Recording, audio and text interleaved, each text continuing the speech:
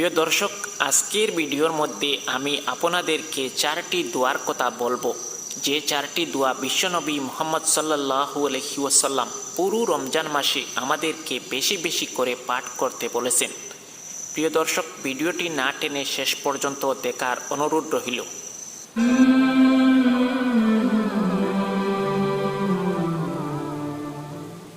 আসসালামু আলাইকুম ওয়া রাহমাতুল্লাহ।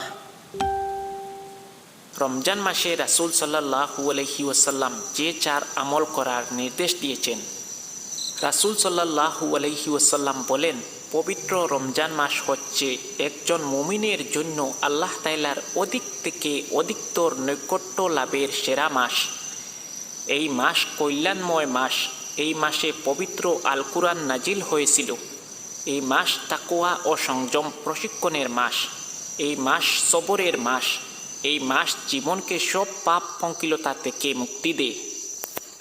আল্লাহ পাক পবিত্র কুরআনে ঘোষণা করেন, হে ঈমানদারগণ, তোমাদের উপর রোজা ফরজ করা হয়েছে, যেমন ফরজ করা হয়েছিল তোমাদের পূর্ববর্তী লোকদের উপর, যেন তোমরা তাকওয়া অর্জন করতে পারো।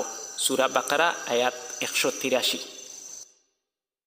পুরো রমজান তাসবিহ, ইস্তেগফার ও দোয়ার মাধ্যমে অতিবাহিত করতে বিশেষ আদেশ দিয়েছেন আমাদের প্রিয় নবী সাল্লাল্লাহু আলাইহি ওয়াসাল্লাম, যাতে মানুষ এই বিশেষ আমল ও দোয়ার মাধ্যমে নিজেকে দুনিয়া ও পরকালের কল্যাণ পূর্ণাঙ্গভাবে তৈরি করতে পারেন।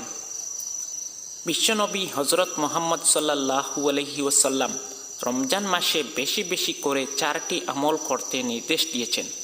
মুমিন মুসলমান যদি রমজান মাস জুড়ে আল্লাহর কাছে এই চারটি কাজ করেন, তবে দুনিয়া ও পরকাল সফল কাম হবে।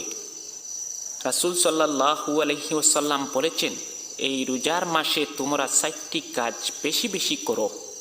প্রথমত, বেশি বেশি কালেমায়ে শাহাদত আশহাদু আল্লা ইলাহা ইল্লাল্লাহু পড়া।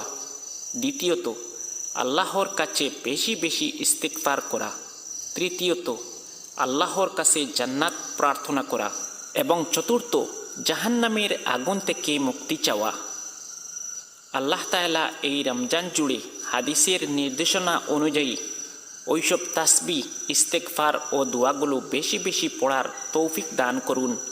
হাদিসের উপর যথাযথ আমল করে রমজানের রহমত, বরকত, মাগফিরাত ও নাজাত লাভের তৌফিক দান করুন। আমিন।